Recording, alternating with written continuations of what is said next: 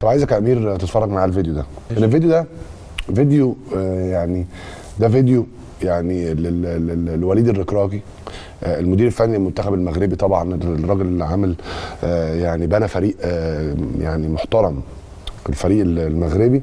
تعالوا نشوفه في المؤتمر الصحفي، احد الساده يعني الصحفيين المصريين المتواجدين في الدوحه بيسالوا سؤال في المؤتمر الصحفي، والراجل رد عليه قال له ايه؟ كلمني عربي احسن. وانا عايز اقول رايي في الموضوع ده، عايز اسمع رايي يعني. Far will your team reach in World Cup? How far will بعربية هيدا انها تنفع.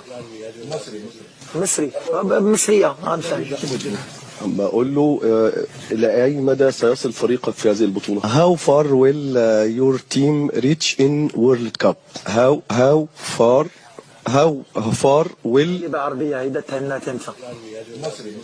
مصري مصرية عارفة.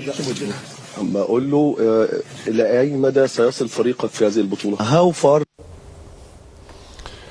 يعني طبعا انا عايز اقول ان اول حاجه انا بحيي طبعا الصحفي ان هو بيحاول يجتهد وبيحاول ان هو يكافح من ان هو في مؤتمر دولي في حدث عالمي ان هو يتكلم باللغه الانجليزيه. وانا ما جبتش الفيديو ده علشان يبقى في اي تهكم او اي حاجه على درجه او الدرجه اللي بيتكلم بيها من الكفاءه في اللغه الانجليزيه، ولكن النهارده الراجل سأل بالانجليزي، سواء الانجليزي ده كويس او مش كويس مش هي دي قصتي، ولكن اول حاجه الراجل وليد الركراكي قال له انا بتكلم عربي. يعني ايه المانع؟ انا بس عايز نفسي افهم ايه المانع ان انا النهارده في مؤتمر دولي كبير ايا كان انا فين بقى، ان انا في مترجم موجود، ان انا اسال بلغتي الام. اسال بلغتي الام، لا ما في مترجم، يعني مترجم هيترجم، سواء بقى وليد المدير الفني اللي قدامك ده او المسؤول ده عربي او انجليزي او فرنساوي، اتمسك بلغتك الام اللي هي لغتك الاصليه. ايا كان انت بتجيد الانجليزيه ولا لا، لكن من حقك ان انت في المؤتمر يا امير ان انت تتمسك باي لغه انت عايزها، بلغتك بالظبط، يعني بلغتك. يعني تخيل الراجل بيتكلم عربي وهو بيساله انجليزي، يعني مصعب الامور. هو خلي بالك الراجل قال له انا بفهم المصري، خلي بالك الناس دي بتتفرج على افلام مصري طبعا قال له بتكلمني مصري انا فاهم مصري. يعني انا حبيت اقول يعني اعلق على النقطه دي، لان يا جماعه صدقوني في شباب كتير، ودي انا شفتها يا امير، في شباب كتير بيعطلوا نفسهم دايما في حته ايه، تلاقيه في ميتنج مثلا مكسوف ان هو يتكلم عشان شايف الناس كلها بتتكلم انجليزي وهو ايه كذا بتاع. يا عم ما تتكسفش، اتكلم. دوس اتكلم. والله اهم حاجه الفكر اللي في دماغك، مش مهم الكلمتين اللي بيطلعوا بالانجليزي. صدقوني والله صدقني يا امير، في شباب كتير انا بشوفهم بيبقى قاعد محرج ان هو وحاسس جواه كده انا بتكلم انجليزي اقل من الناس دي. يا عم مش مشكله، عادي اتكلم عربي، والمصطلحات اللي هم بيقولوها بالانجليزي قولها بالعربي. ما هو اللي هيقول لك بيزنس بلان، خطه عمل، بيزنس كيس، اي حاجه يقولها لك تقدر تقولها بالعربي.